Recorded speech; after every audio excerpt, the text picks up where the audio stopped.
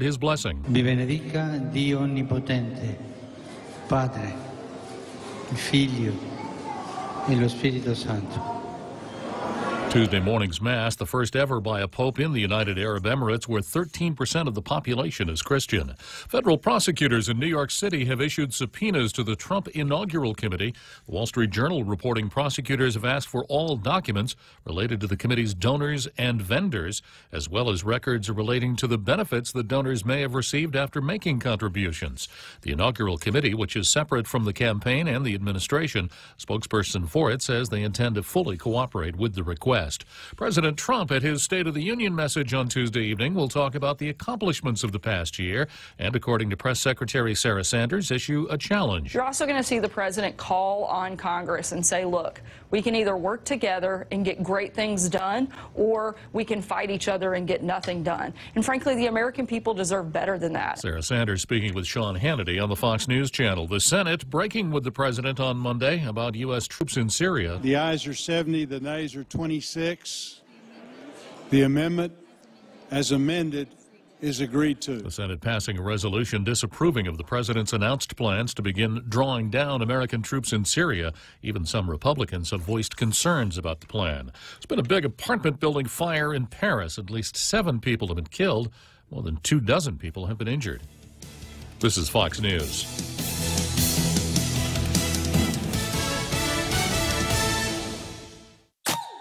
This is Ray Gibson from The Morning Show on 93.3 The Point. And we're celebrating our 1-year anniversary this February.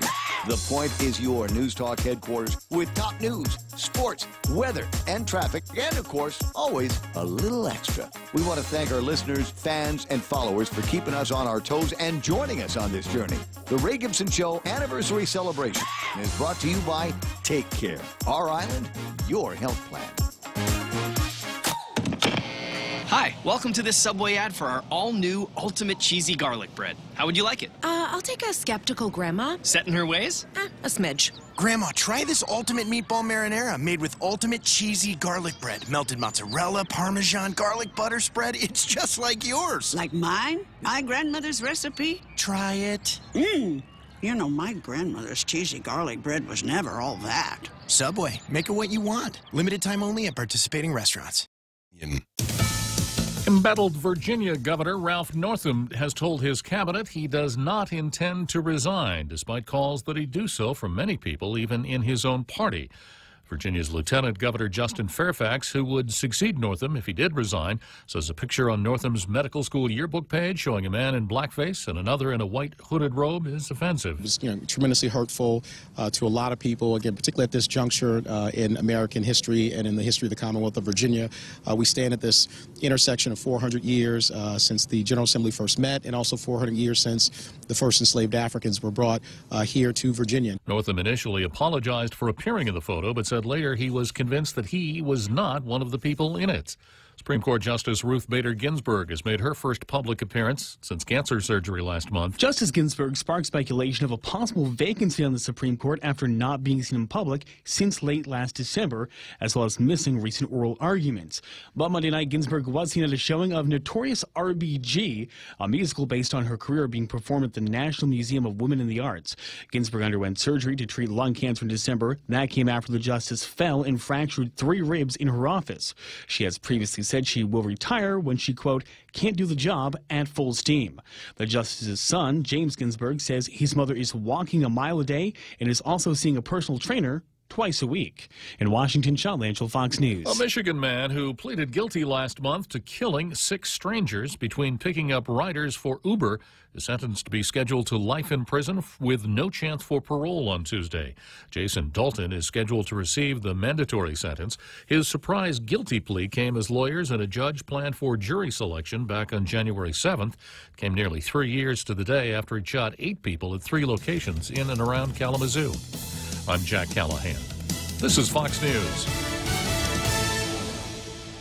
Attention homeowners, MRE solar energy systems now come with battery storage for zero money down. This means that your home will have power even when the island power isn't available, like during power outages or during and after storms. The inconvenience of not having power for your home is a thing of the past. It's solar with battery storage exclusively by Micronesia Renewable Energy. Don't be left in the dark. Call 632-2613 for a free consultation. MRE. The smarter choice. At Chili's, our burgers stack up with anyone's. Handcrafted to order, smashed to lock in flavor on a toasted brioche bun. Our burgers are all kinds of perfect. Choose from the Chili's Chili, the Mushroom Swiss, the Ultimate Bacon, or you know what? We dare you to take on the Boss Burger. Loaded with smoked brisket, rib meat, jalapeno cheddar sausage, and bacon. We may have really out-burgered ourselves. Our burgers are more than a handful, served with garlic, dill pickles, and fries. So hurry in today and enjoy our juicy, melty, yummy, handcrafted creations. Perfection between two buns. Chili's. More life happens here.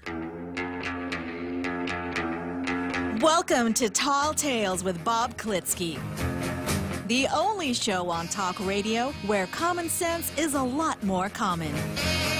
Phone lines are now open at 888-TALK. That's 888-8255.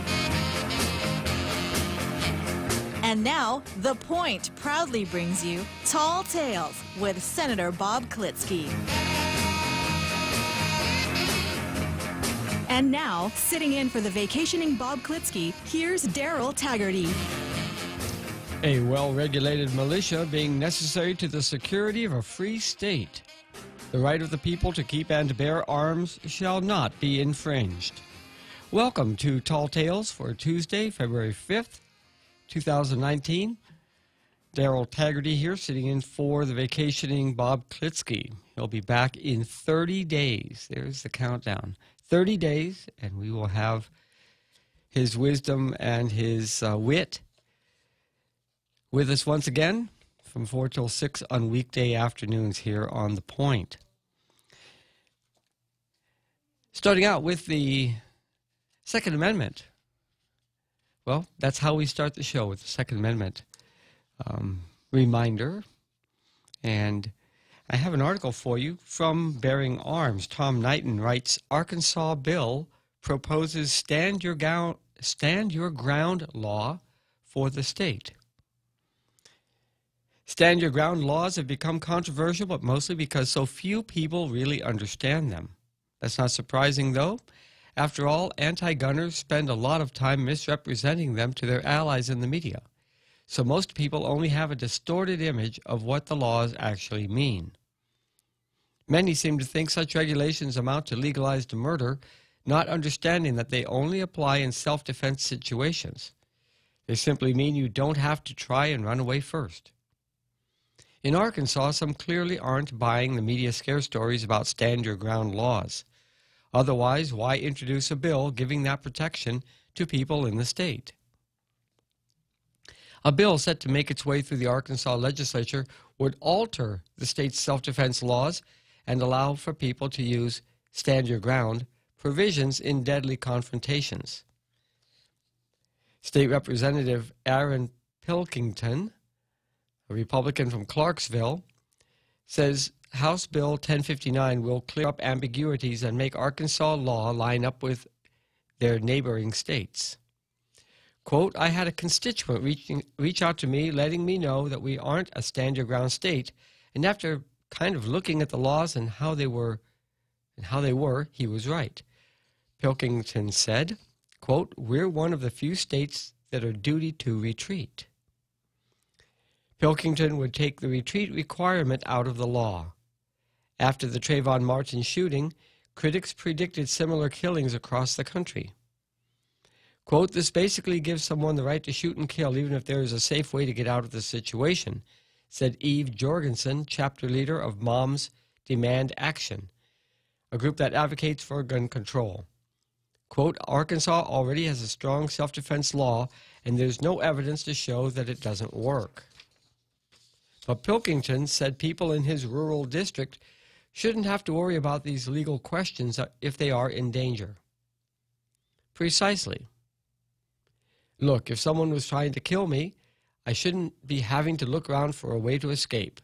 The problem with duty to retreat laws is that they're later reviewed by people who have the benefit of a calm situation. It's a lot easier to see that a door is unlocked or a gate unlatched when there's not an armed assailant threatening your life. Like a TV spaceship captain once said, quote, "If someone tries to kill you, you kill them right back." It might be fiction, but it doesn't make it wrong. It's easy for someone like Moms Demand Action to pretend that duty to retreat laws are just fine, but they're also not likely to be the ones prosecuted by an overzealous district attorney. They're not the ones who will find themselves seemingly cornered, use a weapon in self-defense, only to have a prosecutor argue that they should have tried to get away even harder. That's the problem with duty to retreat laws. They turn a would-be victim into an actual victim. Only instead of being terrorized by a thug, they're terrorized by the DA. Further, I'm sorry, but I have no sympathy for criminals trying to hurt other people getting killed. This just isn't a problem for me. I consider killing a dirtbag in self-defense a public service. Why Moms Demand Action wants to protect criminals like murderers and rapists is beyond me, but they do. Then again, they always have. That's an article by Tom Knighton in the website Bearing Arms on Arkansas bill proposes stand your ground law for state. Apparently, it's not strong enough. And that was the Second Amendment beginning of Tall Tales today for Tuesday, February 5th.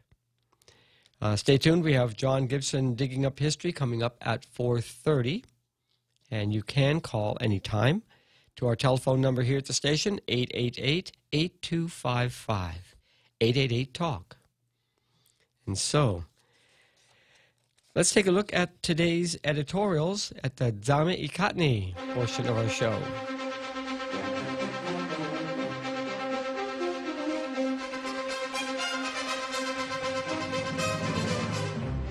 Thank you very much for the fanfare music, Real Joe. Congratulations to Guam Air National Guard Outstanding Airmen of 2018. The editorial for the PDN today.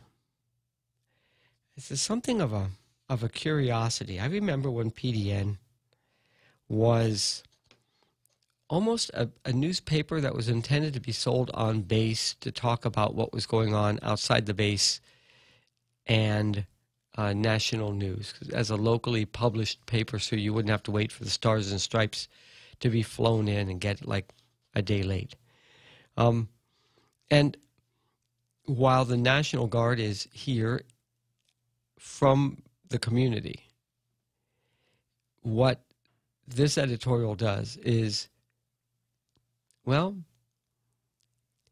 as I read it, you're going to understand that it's almost like insider information. It's really good for people who are looking at role models among the rank and file of people who have joined the military, the National Guard or the Air National Guard here on the island, but its relevance is so limited to the rest of us. I guess for those in ROTC program, in our public schools, yes, these would be role models. And so for that, it has a redeeming social value. But otherwise, it's almost like something that would be on a internal base paper or paper that's just circulated by the public affairs officer at the Guard headquarters up in Barrigada.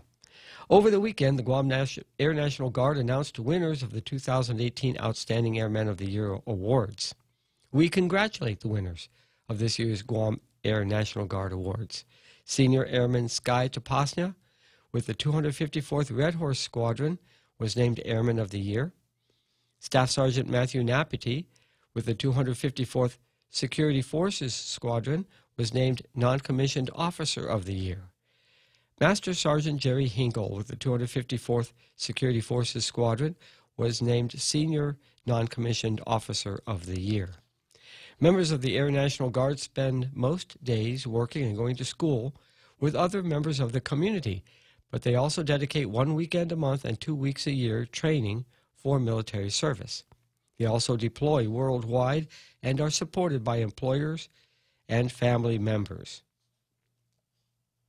On Guam, the Air Guard is made up of 4 units: the 254th Air Base Group, 254th Force Support Squadron, 254th Red Horse Squadron, and the 254th Security Forces Squadron. Members of the Air Base Group provide quality communication services and systems and services to its units worldwide. This includes equipping, administering, training, and providing personnel to operate and maintain good ground communications, electronics, and computer systems and facilities.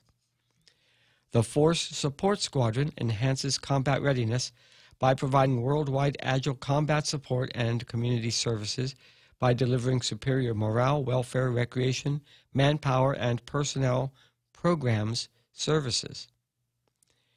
Members of the Security Forces Squadron are responsible for force protection and anti-terrorism duties. And Red Horse Squadrons provide the Air Force with a highly mobile civil engineering response force. They are self-sufficient mobile squadrons capable of rapid response and independent operations worldwide. The Guam Air National Guard winners now move on to vie for top airman among the Pacific Air Force's Air Guard units, and at the same time go up against nominees from 53 other states and territories across the Air National Guard. If they win at this level, they will compete in the Air Force-wide selection at the top of the top airmen. Guam Guard. If they win at this level, they will compete in the Air Force-wide selection of the top airmen. Guam Guard airmen in recent years have won at all 3 higher levels. We wish our airmen well in future competitions. And this certainly is good news, because we do have excellent friends and neighbors from right here in our community who have been for generations contributing mightily to the strength of our armed forces with their conscientious adherence and performance of duty. And so, yes, we congratulate the winners of this year's Guam Air National Guard Awards. And I know Red Horse Squadron, know them as being the resident up there up at Northwest Field. And then the Security Forces Squadron providing the security for the perimeters. And for, I think now that unit is involved with securing the THAAD site. So, good for them. That is the editorial for from the PDN. From the Guam Daily Post, mayors must focus on the cleanup of junk cars and trash. Very removed from the other editorial in level and focus here. The proposal to remove Guam mayor's authority over running the annual Liberation Carnival and other island fairs is worth trying. Vice Speaker Talina Nelson proposed legislation last week that shifts this responsibility primarily to the Guam Visitors Bureau. This makes sense, and GVB may want to take this on because it helps improve the Guam brand. GVB has shown a record of hosting festivals that showcase cultural performances, food, and entertainment at a certain level of quality that local residents and international tourists have found enjoyable. By giving GVB the responsibility, mayors and their council can no longer play advocates for money-betting activities at fairs as they have done in the past. Mayors should also welcome handing this responsibility to GVB. One less responsibility for mayors will give them more time to deal with what the public expects them to be focusing on. Ensuring junk cars are removed from roadsides rather than allowing these eyesores to sit for months and sometimes years. Mayors can also gain more time toward cleaning up illegal dump sites and seeing to it that litter and other eyesores in their villages are taken care of promptly. We understand some mayors, especially Dededo Mayor Melissa Savares, Tamuning Tumon Mayor Luis Rivera, and Jigo Mayor Rudy Montanani carry a greater burden because of the large population size and geographic scope of their respective villages, compared to what other mayors have to deal with. Still, mayors have accepted the responsibility to clean up junk cars when the Guam Environmental Protection Agency handed off the Recycling Revolving Fund, which comes in part from the cost of registering our vehicles every year for the mayors to spend. Last year, the Recycling Revolving Fund was expected to receive $2.8 million, and Guam EPA has decided to pass those funds to Guam's mayors. While the Mayor's Council recently stated the mayors are still waiting for the release of about $1.3 million from the fund for fiscal year 2018, they may have already received $1.5 million. I wonder if they meant 19. And if they spent all of that in cleaning up junk cars and discarded tires, island residents would have seen significant improvements. In a 2015 audit report, the Office of Public Accountability found that not all of the funds for island beautification and environmental cleanup were used directly for those purposes. The OPA stated it needed to conduct another audit specifically on who benefited from the Recycling Revolving Fund contracts, what amounts the contracts were for, and for what purposes. We hope the Guam EPA and the Mayor's Council will soon make a public list of how the money was spent and who benefited from those contracts, instead of waiting for an audit report. Governor Luliang Guerrero promised transparency in the government of Guam while she's in charge, and this is a chance for Guam EPA and the mayors to show they are in. Now, this editorial seems to be saying a number of things. It supports Vice Speaker Nelson's bill, and we'll talk about that bill in just a few minutes, 33-35, and that the mayors should be happy to not have this on their plate. And then there's three mayors named, Mayor Savaras, Mayor Luis Rivera, and Jigo Mayor Rudy Montanani, carrying a large burden because of the size of their villages. But also it starts talking about the Recycling Revolving Fund and how maybe not all the money has been released. It says last year the fund was expected to receive $2.8 million. Well, they should know that already by now, whether they collected that. It was collected at car registration time. And that the Mayor's Council recently stated they're still waiting for the release of $1.3 million of the fund from last year. Now, that's an oddity. Not audit, but audit. Odd. Not audit. Odd. I would hope that the Post would dig further into this. Yes, they have an opinion about it, and yes, they are expressing it, but they are not. This actually is the basis of a more in-depth story that really should have been coming out through the news pages of the Guam Daily Post. And so while I like the editorial, and also they seem to want to focus on what the mayors do to pick up junk cars and trash for the Guam EPA. And I want to make this point about the mayors. We elect them because they are the closest ones to us when we need to have something done on our village streets, instead of going over to the Department of Public Works and going to request some attention, having to drive from Inarahan up to Public Works, or down from Jigo, or across from Manila. You just go to your mayor's office. The mayors are something of an extension of the executive branch in that they are charged with enforcing the laws. And then the laws they enforce are those that are delegated to them by law, by policy, and by practice from the executive branch, like picking up dead dogs, cutting grass on the roadsides that are not the numbered roads, traffic control for any large wakes or funerals at the local church or at somebody's home, providing chairs for big gatherings, that kind of thing. And so the Post is really focusing on just one aspect of what the mayors are supposed to be doing all the time, and maybe not doing all the time, maybe just periodically.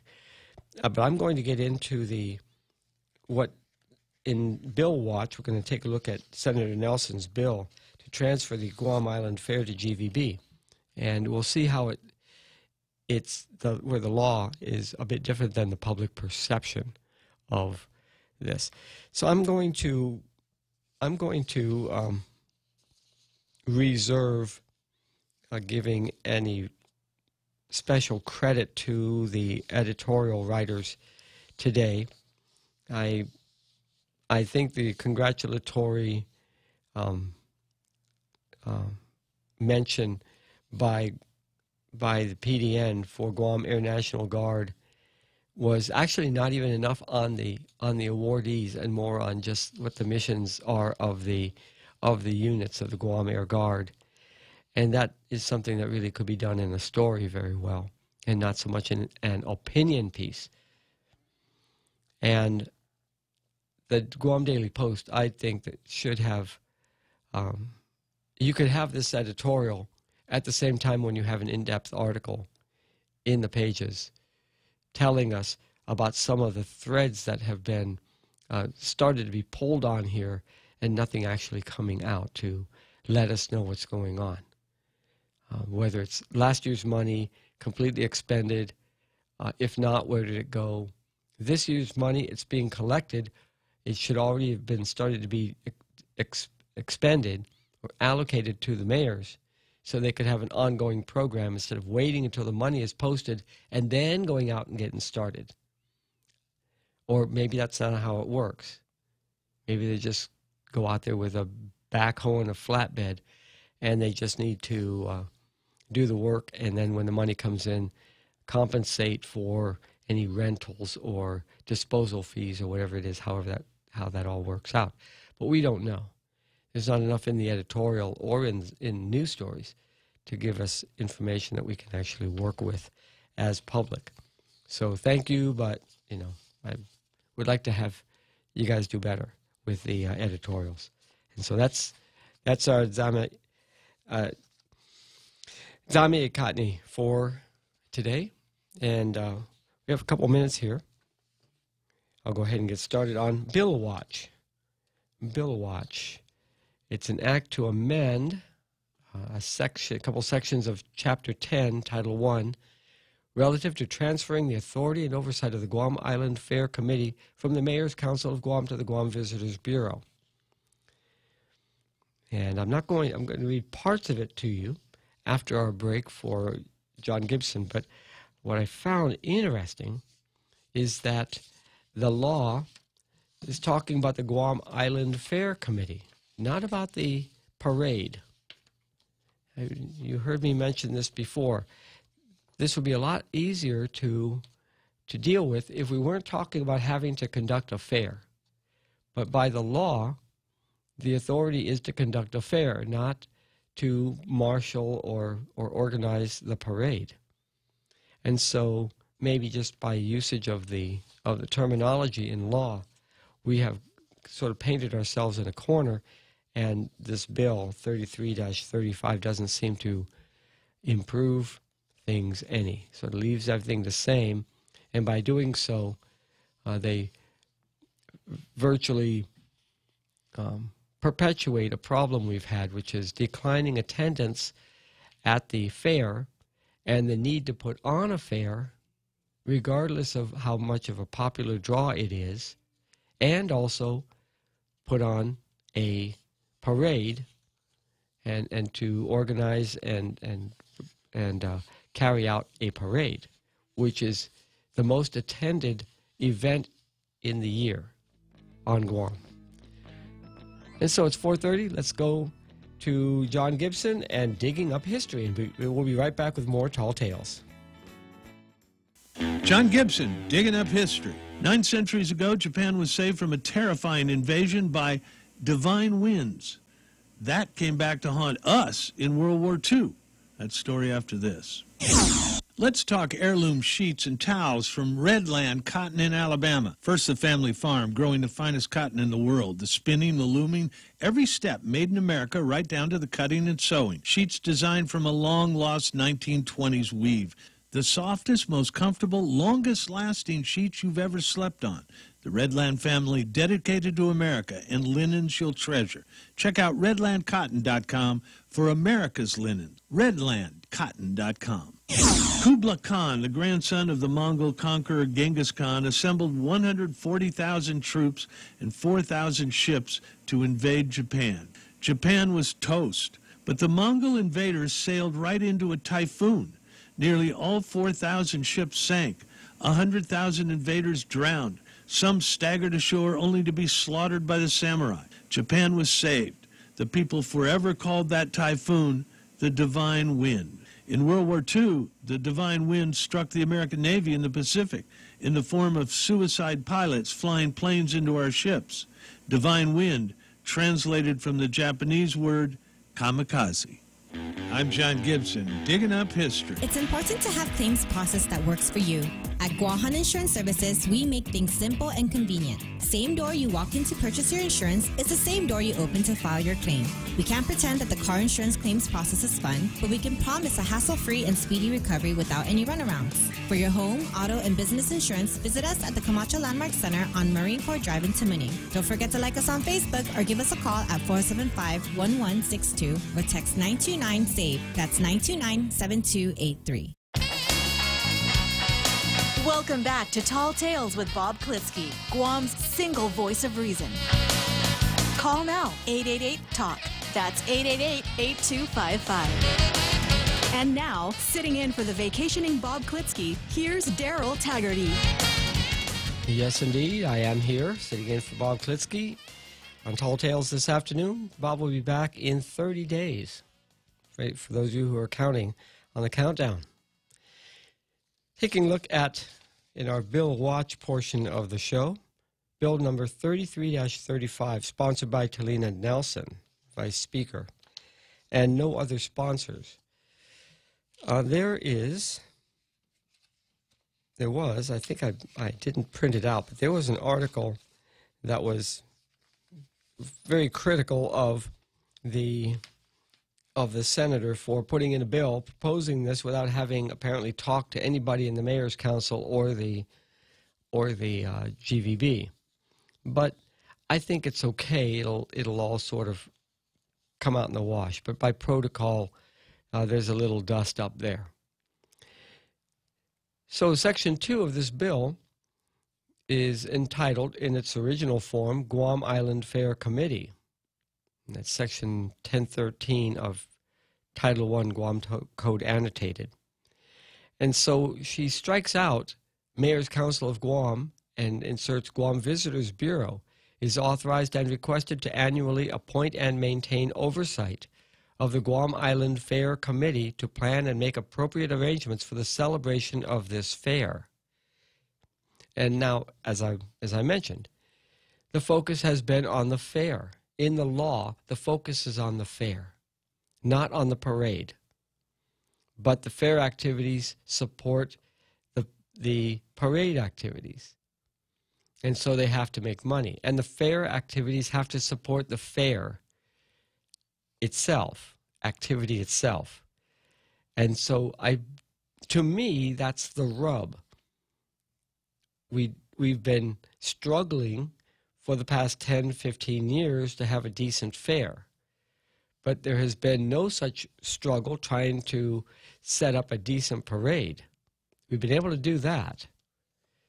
And so the need to fulfill the requirements under the law are dictating how the mayors are trying to generate funds, because you need to generate funds in order to have a 30 or 45-day fair running every night with permits and concessions, and the lights are on, the bathrooms are running, and from that have enough proceeds to pay for things for the parade. And that seems to be, to me, the crux of the problem. And we may have a phone call coming in. The committee shall be composed of a representative. Oh, we do have a phone call coming. Let's go ahead and go to the phone and see what's on his or her mind, on their mind. Welcome to Tall Tales. Oh, thank you. I was enjoying your commentary there, but I think that this whole carnival dilemma is overlooking one major fact. And that is? You talked about how attendance has been dropping down for the past 10 to 15 years. The reason it's been dropping down is that people have been changing for the past 10 or 15 years. We're seeing cable subscriptions being cut at record rates to the point now where they're talking about cable companies going the way of newspapers, you know, as the population is evolving and favoring more digital entertainment, solitary digital entertainment. I mean, think about it. You go to a restaurant today, you'll see 2/3 of the people in the restaurant sitting there with their smartphones in front of them instead of talking with the people at the table. You go to a movie, and while the movie, before the movie starts, you know how everybody used to be sitting there and just talking story until the movie starts running. Now you look around, and 3/4 of the people in the movie theater, which is 3/4 empty most of the time, are sitting there on their smartphones. The problem with the carnival isn't gambling or lack of gambling. It's that the carnival isn't digital. Well, how would you, well, perhaps this is how you can actually connect these dots, because attendance is up and profitability is up at theme parks and places that have a theme, like indoor recreation businesses, like but if you look at those theme parks, what do? Constantly, they take out rides and put in new rides. They're always closing down a section of the park and reimagining it. I remember when in Las Vegas, one of the Hilton, they shut down a major area of their casino and they put in a 3D ride, a Star Trek ride, the Star Trek Experience. I don't know if you've ever been to it, but I remember when that happened. They shut down about 22% of the casino floor, and they turned it into a 3D ride arcade. And then on the casino floor, what they did is they reduced gaming tables and increased the numbers and different types of slot machines. So Disneyland, you see ads all the time about new rides that have been put in place. So, but what have we seen them do? What have we seen done to improve the carnival? Well, I guess the mayors, over the years, they've had the responsibility, have not gone out and retained somebody who has the creative moxie to do some decent planning and to invite imaginative activities to participate. And that's going to happen. That's going to happen again, because all they're thinking about now is they need an anchor business that's going to give them enough money to do all that needs to be done to cover the expenses of this Island Fair committee. Of the carnival. Well, of the committee. In the law, it's a committee, right? I know, but if we break it into two separate things, we have the parade. And then we have the carnival. And the carnival, by and large, has expenses. Yes, most of the expenses lie in fielding a carnival for 45 days. Yeah. And when we look at the fact that the public entertainment desires have changed. Now, I remember back in the 70s, the biggest thing about the carnival were the rides in the 70s. You go to the carnival now, there's nothing. You know? I don't consider a jumper room a ride, you know. But the thing is, the carnival didn't evolve. Now, I take this step a little bit further when we look at how entertainment as a whole on Guam is changing. We see more and more change focusing on interactive karaoke, you know, establishments popping up all over the place, as opposed to live band venues. Why? Because you go to a live band venue, and what do you look out there and see? You see all the people sitting there at the table with their smartphones, unless they're at a karaoke bar.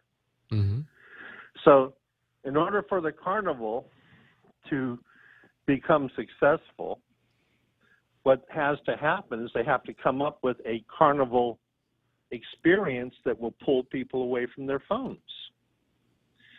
And if they don't have the money to do that, then they should just focus on making the parade the best parade ever, because that's what people go to see. There's waiting lines to get their spots, right?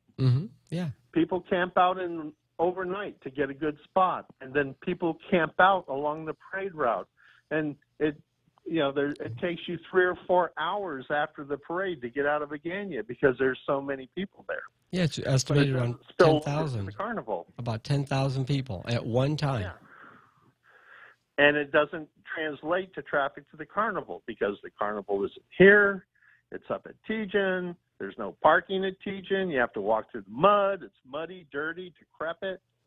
You know, there's a reason why people don't want to go to the carnival except for to gamble. And the only reason they go there to gamble is because there's a large number of gambling addicts, and that's where they go. If they're not going there, then where do they go? Well, it's underground, but there it's above ground. Yeah. So my point is that as a community, we should be focusing on this 75th parade, make it the parade to be the best parade ever, and not worry so much about the carnival, because there's nothing that we can do within our limited means that's going to create a Knott's Berry Farm or a Disney World experience that's going to pull people away from their cell phones. And this is completely separate from the issue of whether we should be legalizing gambling in support of the Guam Island Fair. The carnival. Yeah. See, if we make a decision as a community that it's not worth having a carnival, then we don't need to worry about the gambling issue to raise funds to support a carnival. We can concentrate on the parade. But what we're looking at is we're looking at two different things here. My concern is that this is a camel's nose under the tent type bill. You know, the concept of regulating gambling and games of chance. You know, that's pretty broad. That's pretty far-reaching. That's not limited to the carnival. Because when I read the bill, I didn't see anything in there that said that limited to 30 days of activity at Tijan. You know, it's pretty broad. No, in fact, Section 2 is talking about the Guam Island Fair, and then Section 3 is about the Liberation Day Carnival, which is different, but it's basically the same thing, and it says whether it's going to be held at Hagåtña or it's going to be held someplace else. If the Guam Island Fair is not held at Hagåtña Paseo, then it might be that a sponsoring organization may utilize Hagåtña Paseo grounds to sponsor its own Liberation Day Carnival, and you can issue a permit. So, and still under the Mayor's Council of Guam, but the bill would take the Guam Island Fair and the Liberation Day Carnival and move it under GVB. And it seems that the whole thing needs to be rethought, so that we can have planning and activities for the parade without being saddled with having to hold a carnival. And then well, that's my point. Mm-hmm. My point is that the reason the carnival has I mean, we've had the gambling at the carnival for the past 10 or 15 years, but in spite of having gambling there, the attendance has dropped steadily just because the only people that are really attracted to it are gamblers. Mm-hmm. And you made a comment online here. Since I recognize your voice, I don't see the. I know somewhere. I know I can click on the screen somewhere. Yes, you say regarding the mayors and casino operation unaccounted for funds. The broken windows theory is a criminological theory that visible signs of crime, antisocial behavior, and civil disorder create an urban environment that encourages further crime and disorder, including serious crimes. The theory has been subject to great debate, both within the social sciences and the public sphere.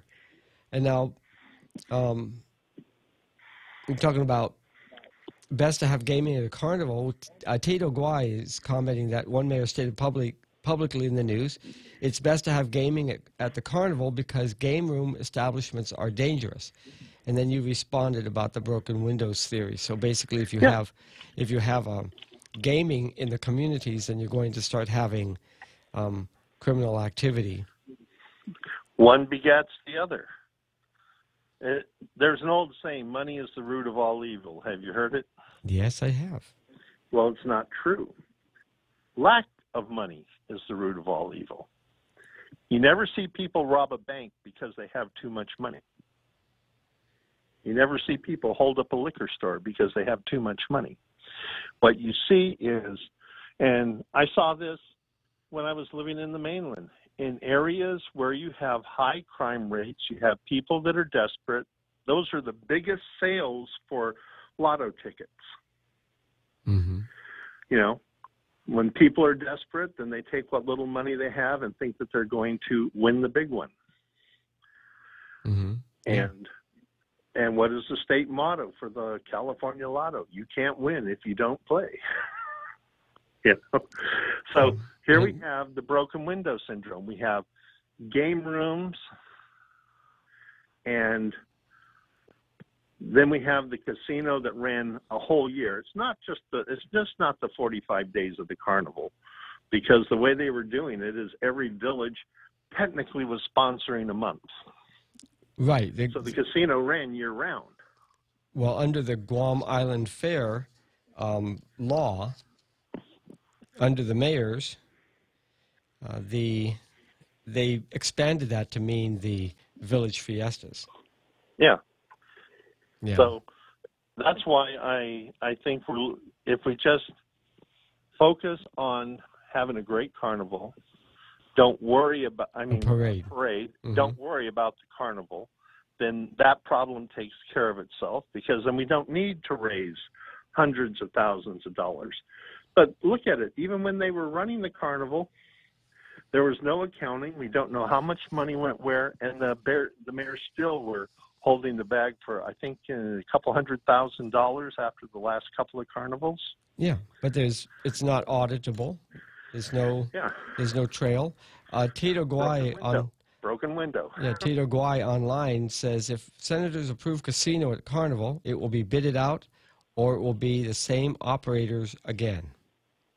Yeah. There's very few people who are interested in running a gaming business 24/7.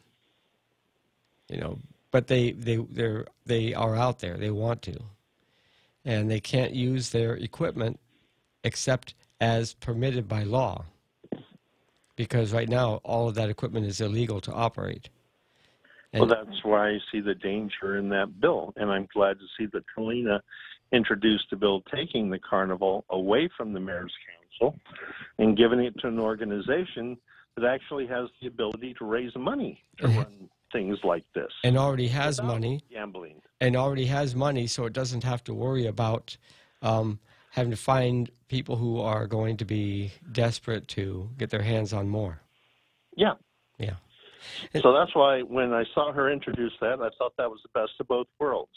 If there's going to be a carnival, let an organization that has experience and their primary function is catering to the entertainment needs and attracting more people to events here on Guam. And even building a Guam brand, an identity to these events that would be constructive for the community.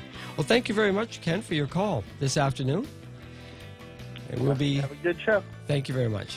We'll go to break here, and we'll be back with more Tall Tales.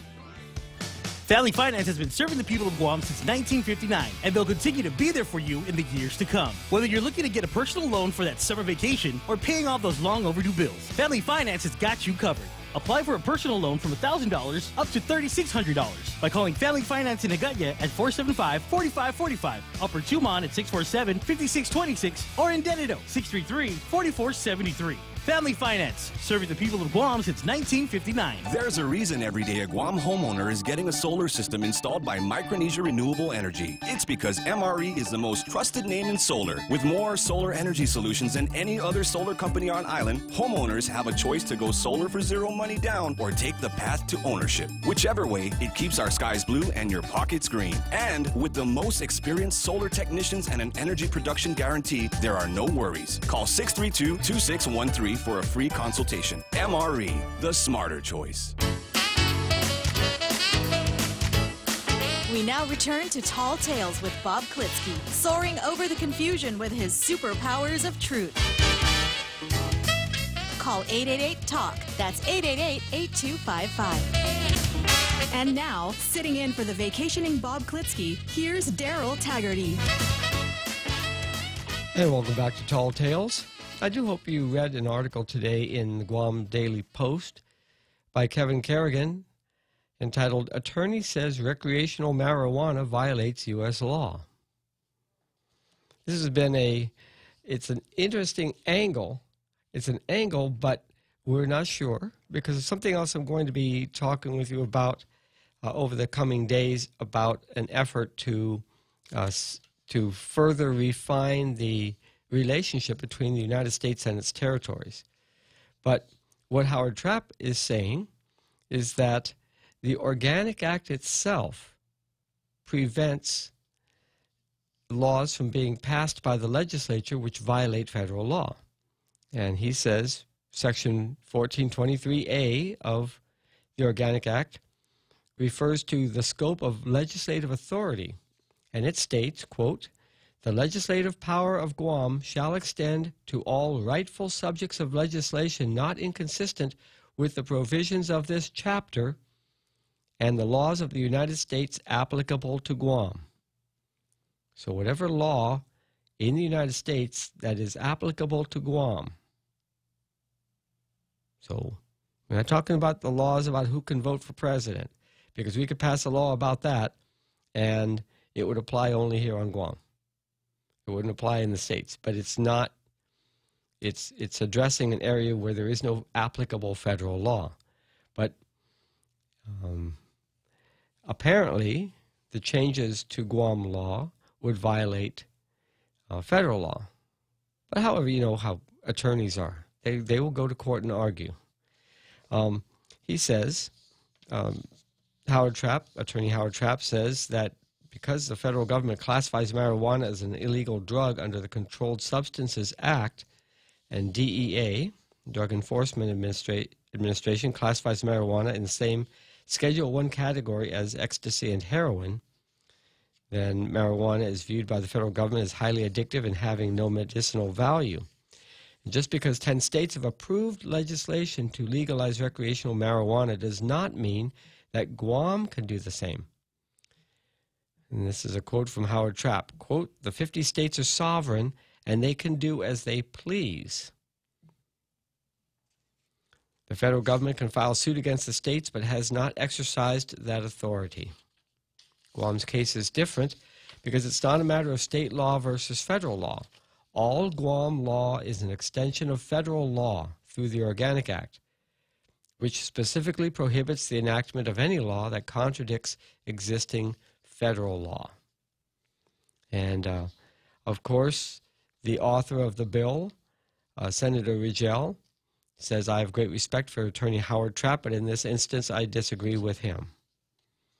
And he said the same argument was raised during the debate over the medicinal marijuana law.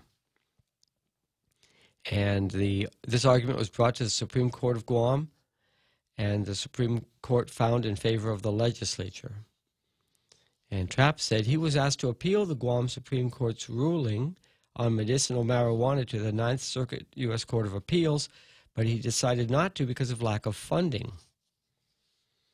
And he said Howard Trapp warned if the bill is passed and signed into law, if anyone were to challenge it, quote, the Ninth Circuit would shoot it down in an instant.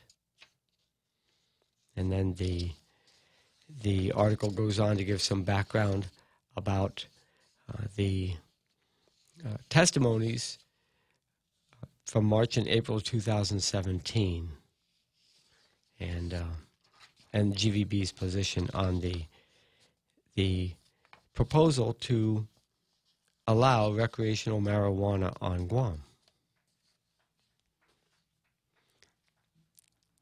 I could easily see where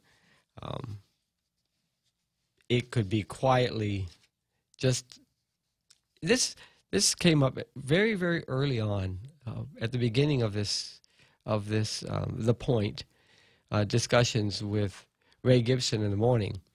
The first time it came up, I was part of the discussion, and I pointed out that all Guam has to do is not enforce the law as a matter of policy, as a matter of executive direction.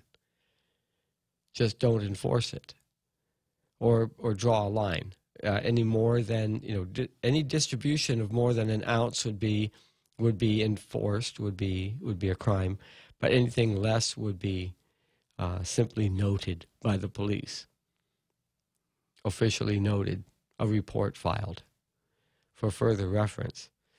But allowing people to grow their own would undercut the market and the criminal market for importation or cultivation of large amounts of cannabis, and it would effectively decriminalize simply because there's a policy not to enforce. But as soon as you want to get taxes, then you have to have a regulated industry. So you have to have people to run the industry, to run the regulations, and to keep tabs on, basically issue tax stamps, to keep track of every plant that's grown that's over 6 inches high, and it's like trying to regulate the production of tuba. I mean, it'd be pretty obvious if somebody's making aguardiente, but if they were to really try to crack down on the making of tuba, then that would be as hard as it was back in 100 years ago. And so perhaps we should be taking a look at this. Oh, and online I say, Jose Martinez says, because this is a really pressing matter. But let's see. Nate Horn says, does this mean that we shouldn't have a higher minimum wage? And I'm not quite sure how this fits into what I was saying, so I'm wondering where this came from. And then Jose Martinez says, because this is a really pressing matter. And SMH.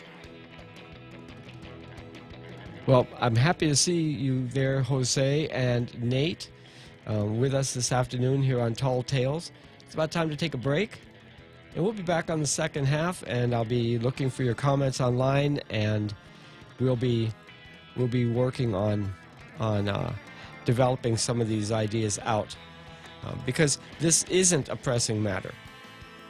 Recreational, people can take care of their own recreation. The problem that comes in is where you have lots of government elbow grease and sweat being expended to try to get a handle on it and to tax it.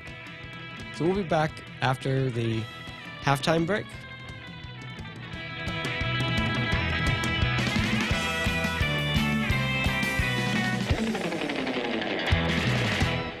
The Point is KUSG, Hagåtña, Guam, 1350 AM, 93.3 FM, and 104.3 HD3. An historic mass. I'm Jack Callahan, Fox News.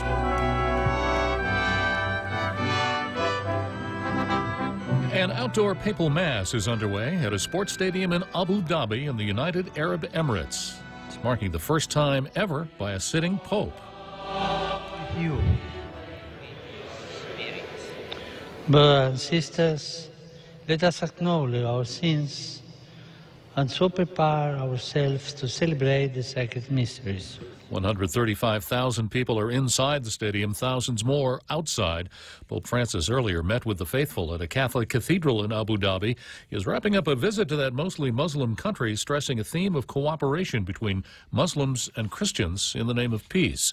Federal prosecutors investigating the Trump inaugural committee. They have issued subpoenas for documents about donors and vendors. The Wall Street Journal reporting the prosecutors are investigating whether donors were promised political favors in exchange for their donations. That would be a potential violation of federal corruption laws.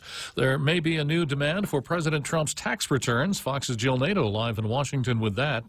The Democratic chair of the House Ways and Means Committee is working to subpoena President Trump's tax returns.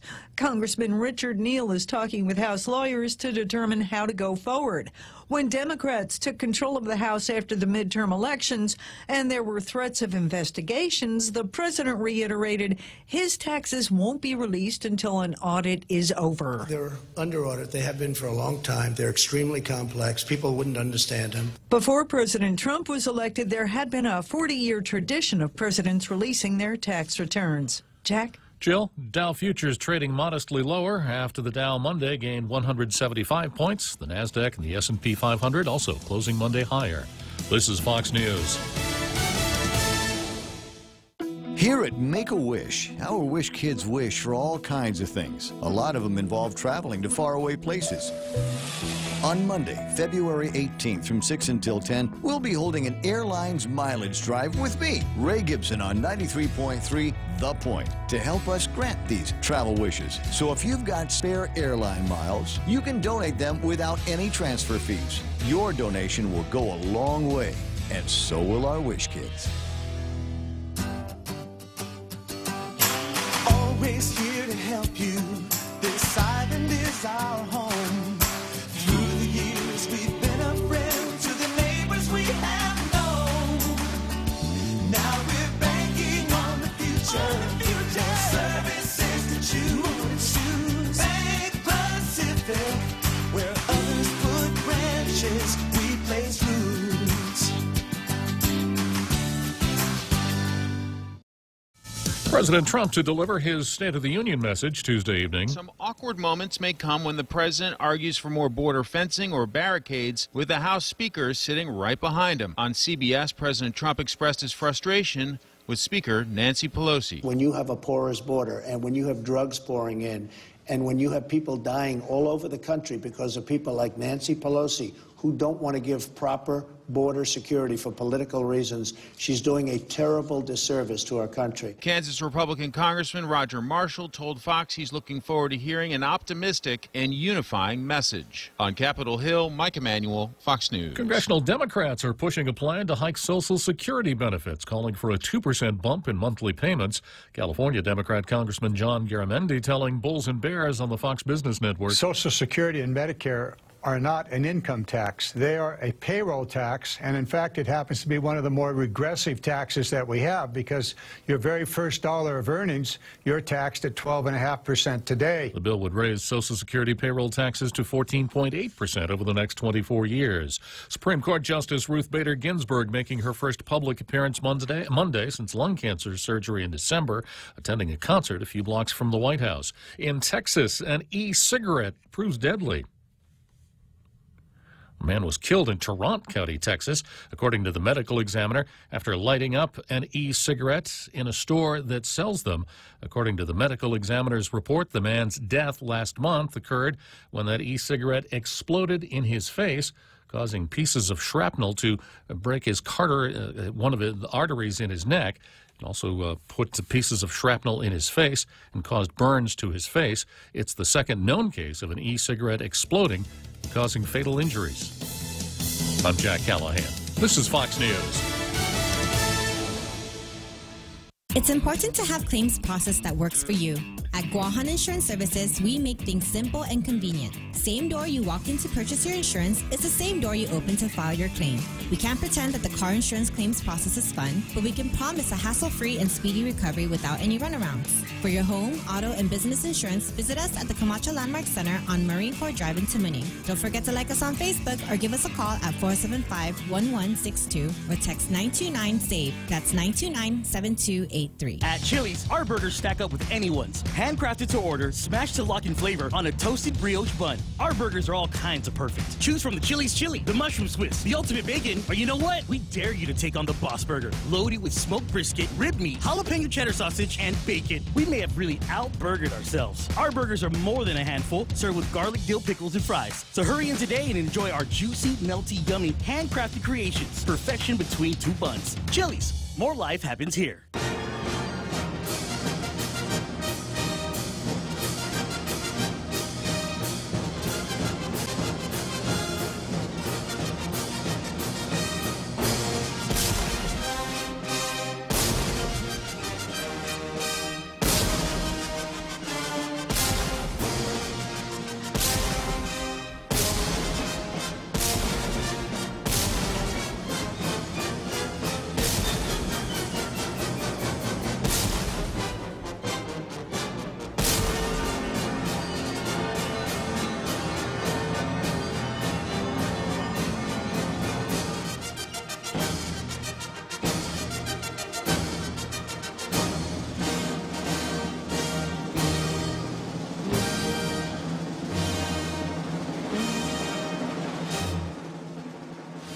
And welcome back to Tall Tales for Tuesday, the 5th of February. Bob Klitzkie returns in 30 days. I'm Darrell Taggarty, sitting in for the vacationing Bob Klitzkie. Thank you for joining me this afternoon.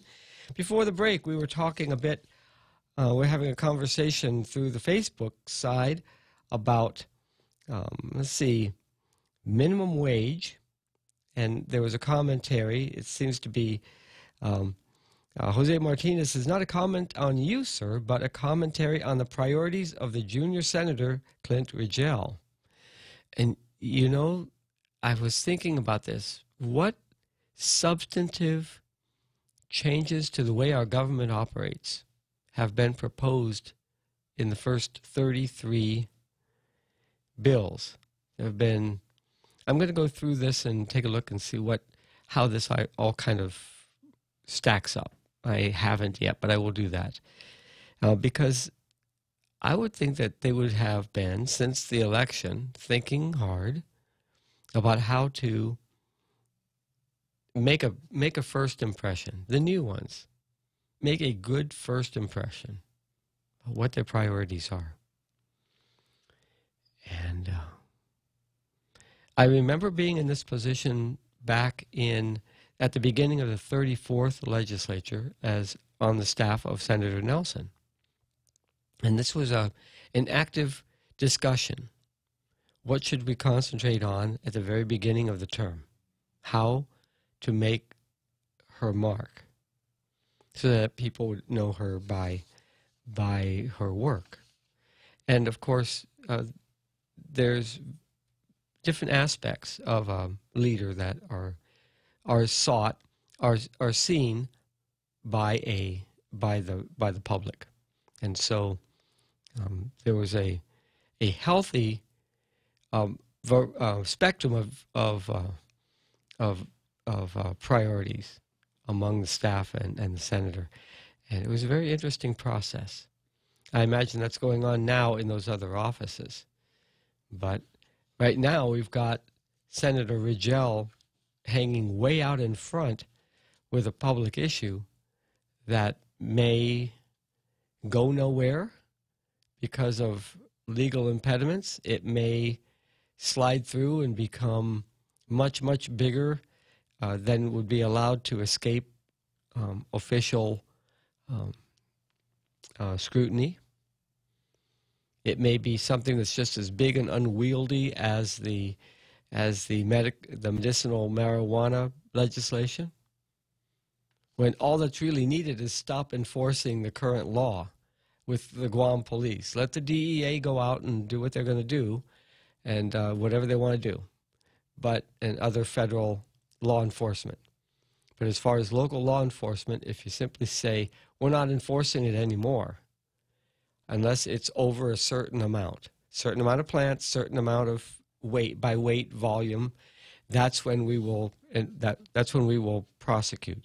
But anything less than a certain amount, then you would undercut the illegal market, and you would make it available for medicinal use without having to go through a bureaucracy. Just my opinion, just my opinion. Sometimes laws are not needed. Sometimes you got to get the laws out of the way to be real, since they're not actually able to get a handle on it now. Okay, again, online, Nate Horn says, if he's saying we can't have any laws different than the states, then our minimum wage laws should be tied to the federal. And that's, let's see, it keeps going. Margaret Estacchio is with us. Thank you. Joe Cruz. I'm not sure if it's the real Joe Cruz or another Joe Cruz. Oh, that's some other Joe Cruz, sir. Oh, okay, you didn't make this comment. It says, looks a little smoky in there, Daryl. But, you know, beauty is in the eye of the beholder. So if you've got smoke dreams like Joe Murphy used to have smoke dreams as his editorial column in the Guam Daily News way back. Was it pipe dreams? Pipe dreams. Yeah, okay. Yeah. Well, smoke dreams, pipe dreams, you know. Yeah, and put that in your pipe and smoke it.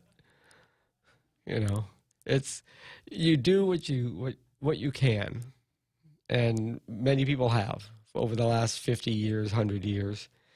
And even those in government get away with stuff like LSD experiments and whatnot. Jose Martinez says, the last time I believe a territory ignored or was negligent in fulfilling federal regulations, Homeland Security took over, referring to customs and immigration at the airport in Saipan. Am I recalling this properly? The way I understand what happened up in Saipan was, you remember when we were getting this infiltration of would-be migrants from China coming into the Northern Mariana Islands and then finding their way down to Rota and then to small boats, fishing boats and whatnot, who would drop them off shore, or they'd take a small boat somewhere in the Northern Marianas and zip down here to Guam and land on the beaches up in Ritidian. Well, considering how militarily sensitive our northern shores are, that was just not going to be allowed, period. But the immigration authorities up in Saipan, since immigration had been delegated, permitted for the local government to administer. It was in their compact, the covenant with the United States.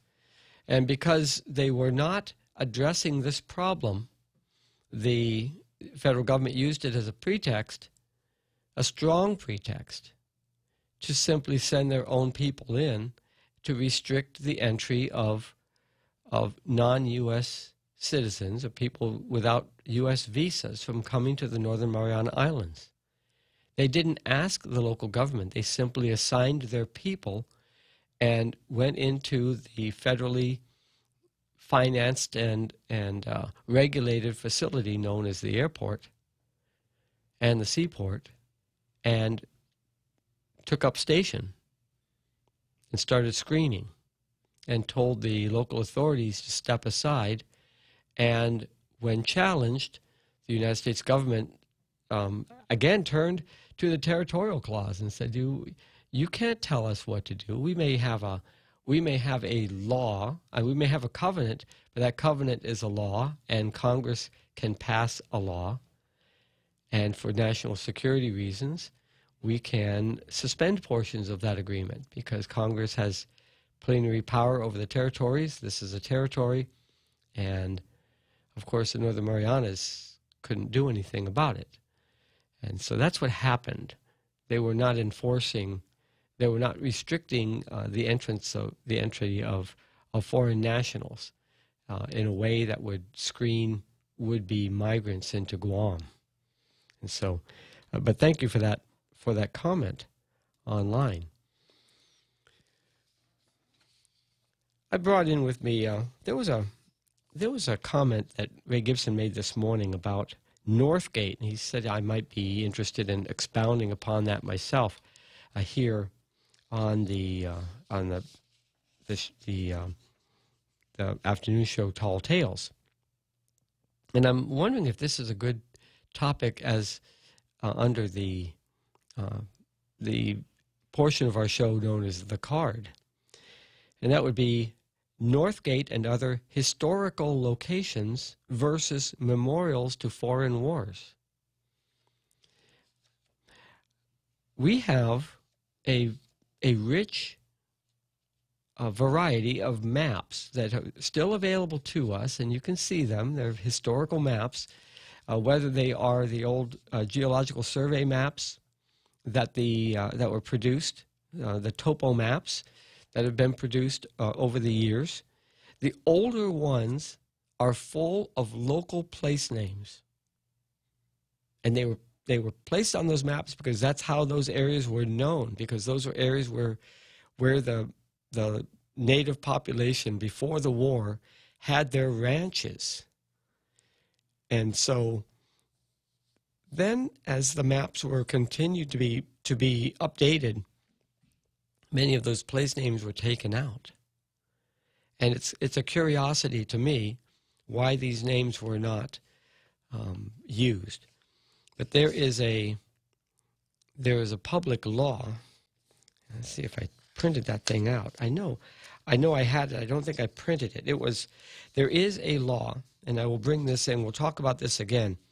But I just want to toss out a couple of this versus that. We have Chamorro and Carolinian place names versus commercial names, like Camp Watkins Road. And before Camp Watkins Road, because that was Camp Watkins, what was the boundaries? What were the boundaries of Camp Watkins? I'd like to know.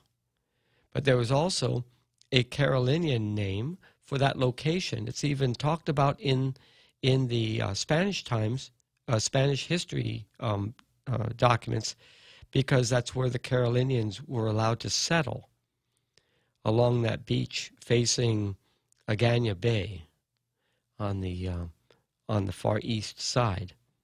The Carolinians in the 1880s and 1860s who were washed off their islands. And these are the islands that are directly south of Guam. The islands were washed away, overrun by salt water, and the populations had to leave to other islands. And because they knew about Guam having a lot of space and a lot of food, therefore a lot of food, they came here and sought refugee status, basically, from the Spanish authorities. And they were granted that and allowed to settle in the area of Tamuning. And then there's Chamorro place names, or Carolinian place names, versus military camp names like Camp Weetek and Harmon Village, Harmon Airfield. A relocation of military functions carrying names along with them. The radio system that was set up at Finagadzan was moved from Finagadzan to what's now known as NICTAMS or NCS, where NCS is now, where the Marine base is going to be, is not Finagadzan. Finagadzan is at the area down by St. Paul's School. That's Finagadzan on the old maps. I think there's some maps, even the maps property maps at the Department of Land Management and the pre-war documents show, they state the place name of the properties known as this area in the documents. And those really should be dug out. Names associated with original in quotes, okay, late 1800s or early 1900s landowners. And there's also place name laws, and I'll bring those in, and we'll talk about this more in the future.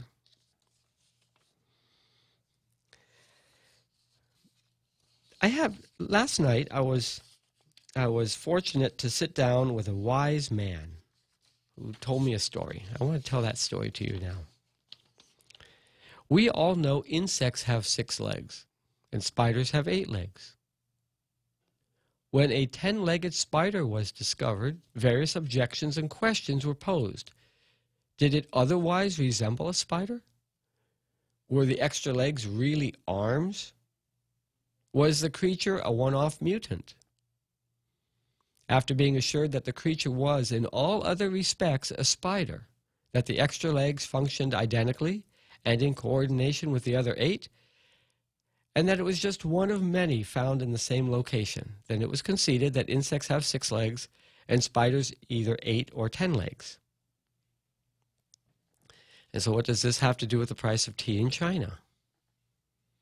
Everyone knows spiders have 8 legs. And from that one observation of 10 legs, everyone immediately concluded that the creature was not a spider. Just one observation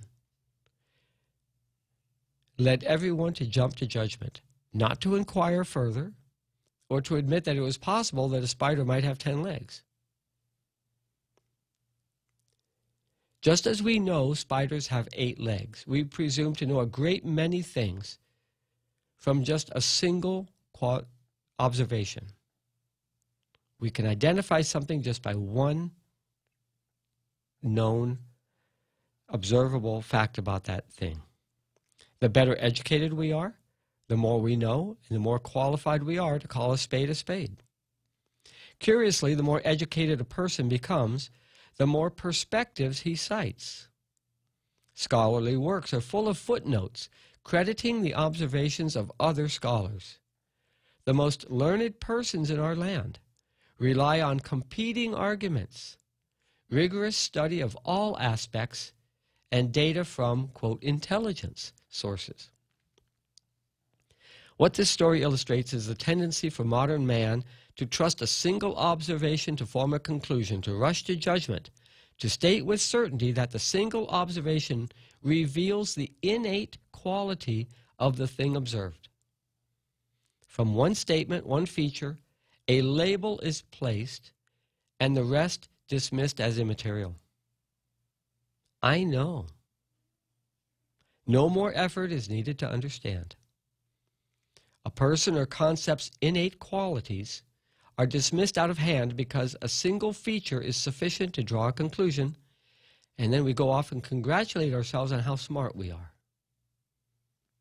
How many data points would it be sufficient to know, really know, the innate quality of another or the quality of a concept? 5? 20? You've heard the phrase, walk a mile in my shoes. I urge my listeners here on Tall Tales to reserve judgment on any matter of importance until more perspectives have a chance to be heard and carefully considered. You may discover your own 10-legged spider.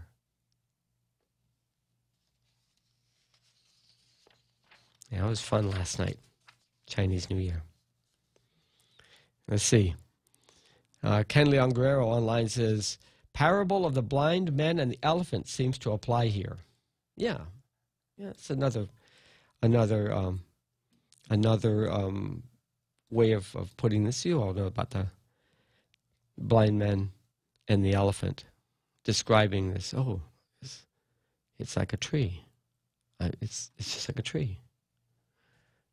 Oh, it's got this. It moves around like a python. You know.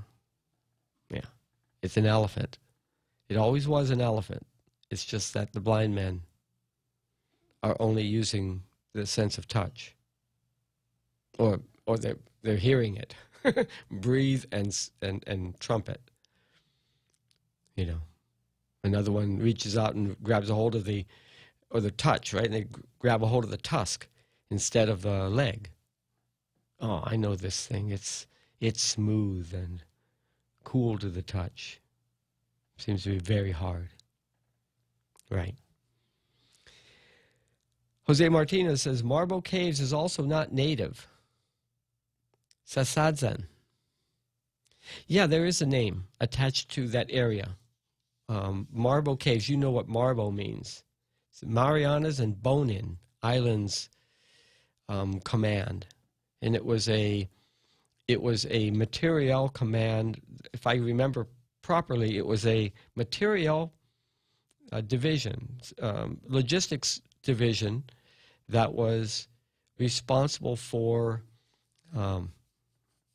building facilities in the Marianas and in the Bonin Islands, Iwo Jima, Chichijima, which were administered by the United States until 1970. And so Marbo, the area between Dedido and Jigo Fire Station, was a camp where workers who worked for that logistical division were housed, and where their equipment was repaired. I used to, as a young boy, I mean, this is before Typhoon Karen, I was, first, second grade, we would drive by there, and it was pipes with barbed wire all along Marine Drive from across from where the GWA well field is, just north of Isengsung Road. From there all the way, the Mokfok area, all the way up to the corner where the Jigo fire station is. There was continuous barbed wire fence, metal pipe fence, and large Quonsets with thousands of contract workers from the Philippines living there, repairing equipment and otherwise living. You couldn't tell where the industrial sites began and the sleeping quarters ended. It was sort of mashed all together. And so we remember this Marbo area. And yes, we've been using those names. But I'd like to see us bring back the names of the original areas all through the, like my dad's from Takano subdivision. So Takano family bought the land and then subdivided it, and so it was known as Takano subdivision. And that's okay. So we remember a family that had the land in a certain area, and that's good. But to make up names is when we have already a rich heritage of names that are available on the maps, to be researched and to give real meaning to the locations. Like, the area of Las Palmas could have been named something else easily, or the area up at Leidy Heights could have been easily named. I think it's Atacao, but there's some sub-names around for those areas. And it's closing fast on the seventh inning stretch. Did anybody attend the congressman's Facebook Live event this morning, scheduled for 7:30? If you remember, yesterday there was an article that pointed out that he wanted to reveal what the problem was with the release of the war claims money. He wanted to do that on a Facebook Live event, 7:30 on Tuesday morning. He wanted to do it last Saturday, but he was warned by the House administration, U.S. Congress, that the Facebook account had to be an official account and would comply with the parameters for an official account. Well, So he said, okay, so 7:30 on Tuesday morning. And I got up this morning before 7:30, and I was clicking around trying to find it, and there was nothing up. So if there's somebody out there who did attend it, or if it happened later in the day, or if there's been a public notice on this, by all means, call us up here at 888-8255 and let us know. I'd be very happy to bring that information forward. In the meantime, let's take a break here for the 7th inning stretch, and we'll come back on the other side with more Tall Tales. One of the key topics in human resources circles is how to deal with bullying in the workplace. It's a very real issue, and frankly, most people don't have a clear understanding of it. I'm Jerry Roberts, and at 7:20 a.m. on The Ray Gibson Show, let's see if we can add some clarity to the subject. You can find daily transcripts of The Extra Point at guamtraining.com. Tune in every weekday morning at 7:20 for The Extra Point with Jerry Roberts. Brought to you by Guahan Insurance Services and First Hawaiian Bank on 93.3 The Point.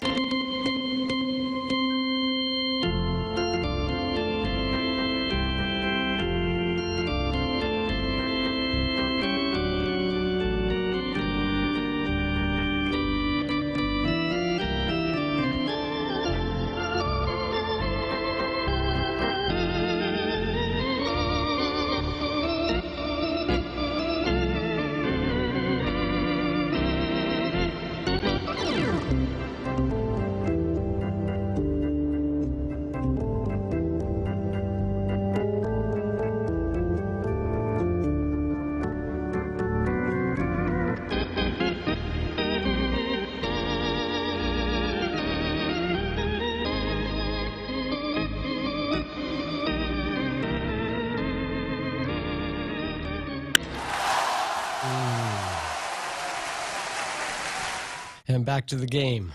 And the game continues. We're going to be here until about 6 o'clock. So thank you very much for joining us. And if you have a comment, you can log into our Facebook Live, our Facebook page, and you can also call us here at 888-8255. So, anybody out there attend the Congressman's Facebook event scheduled for 7:30 this morning? Don't know. Let's see. I see Tito Guai was asking about the area where the old Wilson homes were located and what the place name might be for that. I don't blame the military for naming places on base after, you know, scenes of famous battles or former generals or whatnot. That's the normal thing. But when there are developers developing parts of Guam as a private activity, and then they're going to sell those, they name an area and they're going to sell it to other people. They're going to walk away with the money. But they've renamed a place and without any reference to what it was named before. And large areas, large tracts like Las Palmas. As a community, we have an interest in this, whether it's naming roads or calling it a district, having signage saying this is a district known as, so that we can start using these names and enrich the way that we think of our land, think of the island as our own and not as we're just kind of civilians hanging out on the side of the all-important military base. We need to do this. It's in our language. Let's see. Tito Guai continues. He says, "Wish he can come to Guam and tell us what's going on." And then, and that is true. It is difficult to fly back and forth for meetings. Let's say once a month or 10 times a year to fly back and forth. If you've flown to the States for a vacation or a meeting, some business meetings, if you do it more than 2 or 3 times in a year, it starts to get old.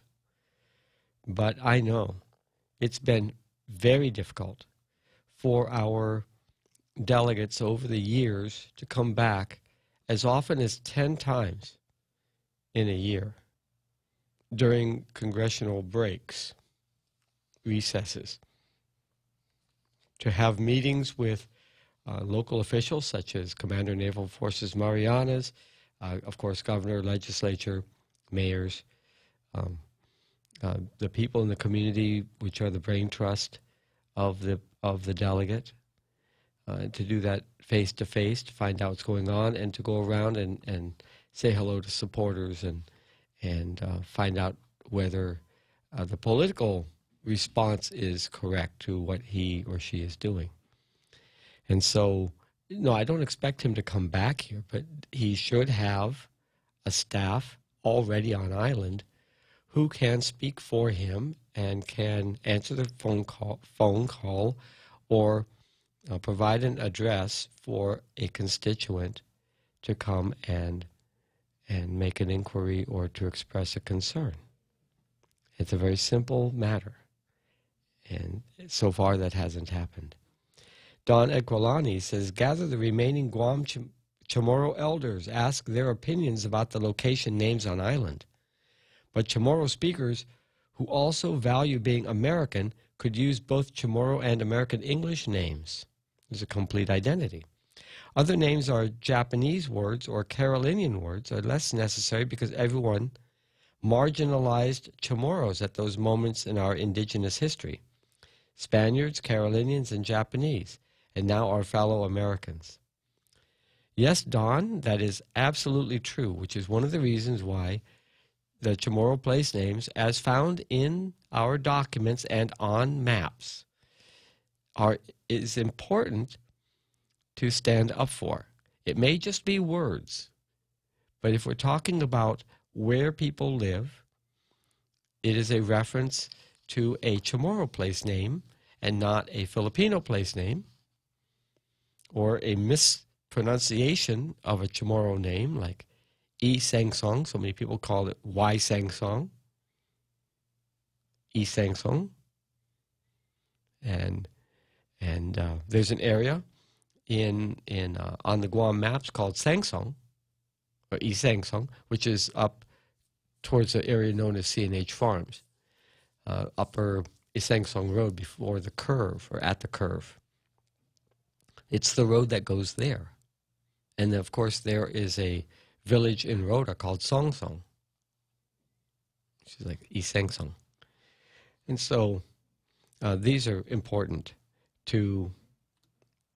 for the Chamorro identity, and not to say that we're not Americans or that we don't want to use the Japanese names or names of families that have come up over the years. We should identify with the families that used to own these areas, or even the nicknames, because then it's a tie to the history, and it enriches our knowledge of who lived there and what they did at the time, what kinds of activities were held on those lands when they were still in their pre-development form. Speaking about development, the administration is eyeing a $20 million GovGuam complex as part of the Hagatna Revitalization Plan. A very interesting article in today's PDN, and it's explaining why the governor restored a director's position to lead the Hagatna revitalization. They're going to push for the construction of $20 million government complex at Plaza de España. And this is the executive director, Lasha Casil, says that Guam needs $5 million more to begin construction because $5 million in hotel occupancy tax bonds has been set aside, and $10 million will be matched by the federal government. And in about a week, Casil will be presenting her recommendations to the governor about the updated Hagatna Master Plan of 2018. Now, yes, I was reading this article, and these plans are something that I remember seeing as a cabinet member back in 16. 2016. So if the governor approves the recommendations in the updated master plan, the governor will present it to the legislature, which will have 45 days to act on the plan. There are 4 priority buildings scheduled to be built in downtown Agana if this plan is approved. And they want to re-centralize administrative offices of the government of Guam. The government of Guam spends about $11.8 million a year for government building and office space rentals. So the first to be built would be the pre-war governor's palace, which would be a revenue-generating tourism-related building. Because it's on a historic site, it would be a restoration of the pre-war governor's palace. And they're saying that the display of the governor's hall at Adelup could be transferred there to the palace. And then it'll have facilities, modern facilities such as public restrooms in that building for people who are visiting the Plaza de España. The second building to be built is either a central building for about 10 senators and staff or a building for executive branch agencies. Now, this is pretty interesting because you've heard Bob Klitzkie mention numerous times on this program about advocating for a part-time legislature. And I am so totally in favor of this, which would mean that you wouldn't need to have a central building for 10 senators and their staff. It would be a different floor plan. If you're going to have a legislative building, it could be built over the existing parking lot at the back of the legislature building, but that would not be a good place if you're going to use the building for executive agencies. So it says the restored Guam Congress building accommodates only a handful of senators and central offices, while most senators are still renting at different locations. So it only accommodates 5, the speaker and 4 senators in the Guam Congress building, plus the central office staff. Now, in the article, they jump to the 4th building, but there's actually a 3rd building. The 4th building will be the new office of the governor, so Adelup could be converted into a revenue-generating convention center or similar facility. And I'm going to comment on that. And so the governor has already made remarks back on January 30 before the Guam Chamber of Commerce, wanting to save the government $5.7 million annually in rental costs and bring 1,500 government employees back to Hagåtña. Now, and then use the money somewhere else. But actually, you have to use the money to build these things. So I'm wondering about that. If you're going to have savings, they're saying they could be used for public safety, education, and health. And spur economic growth in Hagåtña and bring back the capital to its old glory, according to Casil. Quote, once we have 1,500 people down there, that density, that will only attract more restaurants, more cafes, more retail, and we'll see the city grow. That we would. But without anything else changing, we would see other places shrink. But that's okay. You want 1,500 people in one place, you better start planning for mass transit or parking garages, which cost millions of dollars. And also, it says the Hagåtña Master Plan contains some 30 projects, some of them already completed under the Calvo administration, such as the construction of the Guam Museum, restoration of the Guam Congress building. And it is, okay, they're also looking at improvements at the Paseo and the feasibility of developing a pedestrian mall as a center for retail activity and tourism attraction. The master plan also includes a proposed river walk and a proposed cruise ship hub at the Hagåtña Boat Marina. That concept goes back to 1975. The first administration of Governor Berdallo, when he made his 1975 capital improvement plan request to the Congress, because back then capital improvements were funded by Congress in annual appropriations, just like construction of the bases. And that was part of his request, that there would be a cut in the reef between the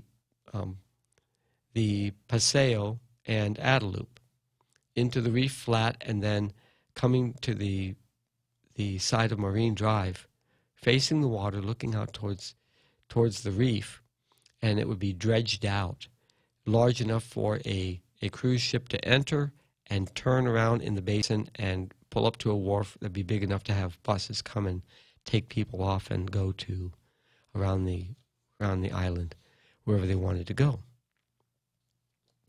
The current location of the Hagåtña precinct of the Guam Police Department will be soon relocated to a new location in Sinajana. That will be demolished and turned into another building to accommodate more executive branch agencies. That's the third building of the four that's in the article, out of order. And so now they're just looking for a couple more. They only have 3 members of the 9-member board. A minimum of 5 members are needed to have a quorum, and they need that quorum in order to complete the Hagåtña Redevelopment and Restoration Authority Board to drive the development. An interesting concept I wanted to mention about Adelup. If we're going to have something built at Adelup, like a convention center, it will be difficult. And I'll tell you what the deal is. Back in 1985, when Adelup School was being renovated for the office of the governor, I happened to be working there at the time. It was the governor's office, and the Chinese construction workers were swarming all over the buildings with jackhammers and drills and hammer drills, and there was cement being poured and forms being made, and it was loud and messy, dusty, as the building was taking shape.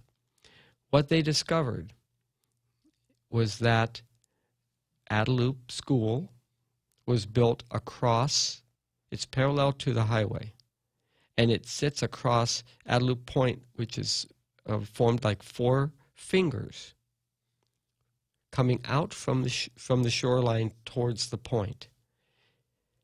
And so every time there is, and it's right on the fault line between northern Guam and southern Guam. Goes up the Fonte River and goes out again the Lonfit River over to Pago Bay. North of that river is a different geology than south of the river and south of that fault line. Well, the fault line runs right through Adelup, and it's 4 fingers of land, and when there is an earthquake, they rock independently. And so Adelup had to be, it was always breaking and leaking. The whole time it was a school, because it sits astride 4 fingers of rock. And so when you see the building, and it has the extension of like a fake tiled roof extension on the top, that was to stiffen the building so that it would act like a 2-story building in its stiffness, but without the weight of the 2nd floor on top. And that was the engineer's way of keeping the building from flexing too much at times of earthquake.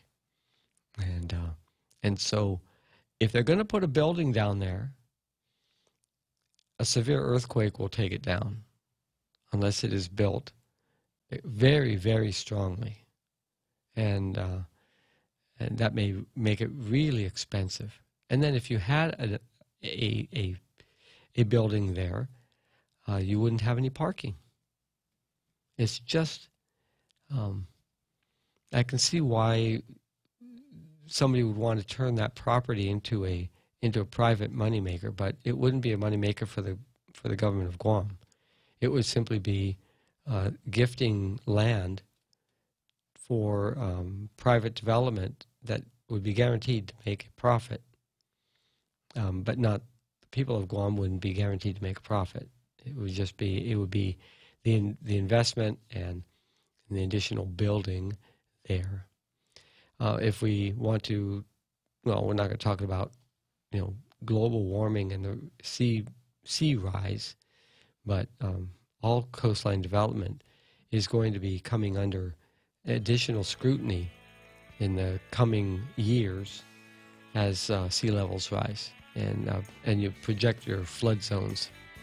It's 5:50 in the afternoon, and here on Tall Tales, time to take another break, our last break of the day, and we'll be back in a few minutes with more Tall Tales.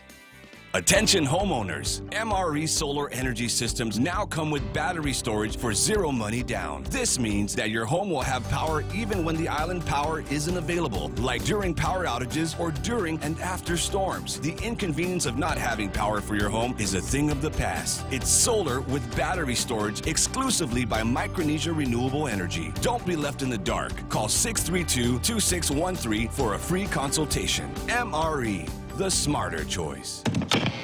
Hi, welcome to this Subway ad for our all-new Ultimate Cheesy Garlic Bread. How would you like it? I'll take a skeptical grandma. Set in her ways?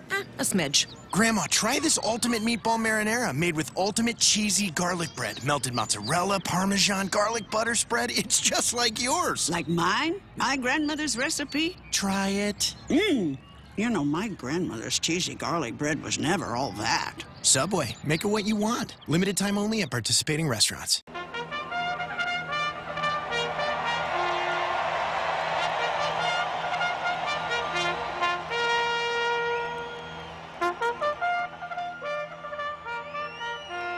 And they're off. You know, we could have had the horses here. Yeah, horses don't do well here. We had dogs. Yeah. And then we had to have a mechanical rabbit. Speaking of mechanical rabbits, did you see the Pacific Island Times front page? Got Senator Will Castro as the fulcrum of a teeter-totter with Governor Leon Guerrero and Senator Tina Muñoz Barnes, speaker, at either end, smiling and enjoying themselves. I thought there was a very interesting article in this in the Island Times, Pacific Island Times this month, and I'll bring that to you in just a few moments. But I wanted to go back and take a look at some of these comments. Liz Hudson is with us this afternoon. She says, "Hi, Daryl." And Don Edquilani comes back with a comment. The difficulty about Plaza de España is that there are plenty of archaeological cultural property artifacts buried to be excavated, but first a repository must be paid for and built. We seem to be behind schedule. I think the repository, there's a repository being built up at UOG, and yes, it may be behind schedule, but there's supposed to be one that's funded with the funds for the military buildup, and it's supposed to be in time to hold those artifacts, curate, interpret, and display, or prepare for display. It's up at the University of Guam, and it's paid for by military funds. And yes, indeed, every proposal for construction down in the Plaza de España is going to run smack into the heart of the archaeological regulations and laws, and that's fine. We should be doing that anyway.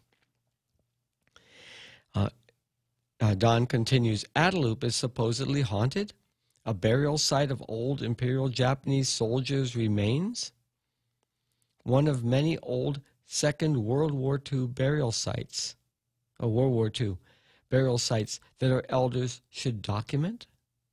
You know, that is one of the supposed uses of Adelup. I remember during the 1985 restoration of Adelup, 85-86, when the building was under construction, there was some history of Adelup that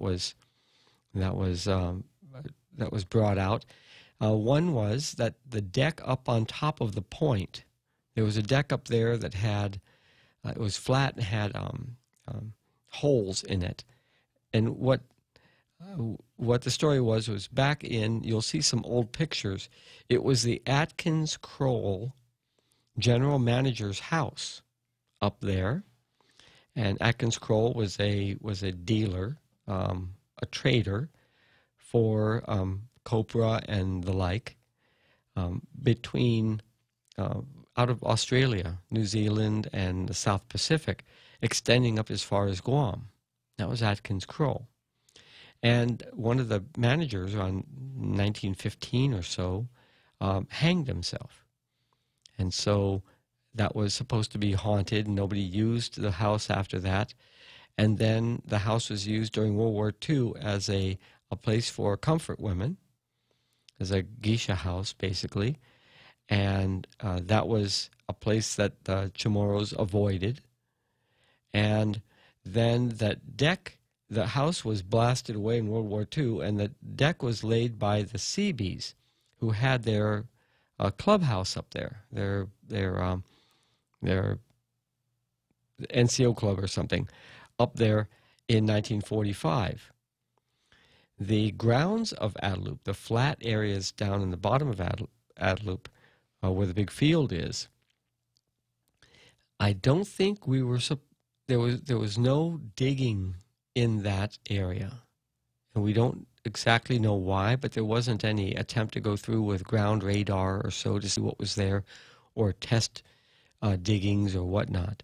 But when there was a bunch of sand that was brought to cover over the rubble and dirt and whatever was down there for dirt, passed as dirt in the field, was brought in and had to be raked out. And Governor Berdaglia would go out there after 5 o'clock and start raking, because he was forbidden by the legislature from spending any government resources, staff resources, or equipment on improving Adelup. At some point, they turned off the money for the construction of Adelup. And so he was out there. The dump trucks would bring the sand and pour it out, and then he would go out there and rake it out and rake out the rocks. But what he got was sand that had lots of human bones. And it was pretty sad, because we couldn't trace where the sand had come from, except we knew that it was when they were laying the sewer pipes down in Tumon along San Vitor's Road widening project, and the infrastructure upgrades that had happened before that. I guess there was a stockpile of sand. And while it was illegal for anyone else to use sand from excavations or beach sand, that sand was available as spoils of this construction project and had been moved to Adelup for that. And so that field is full of human bones. And that might be what you're referring to. I know the Japanese government is fielding an expedition to recover bones from the Marianas, and especially Guam.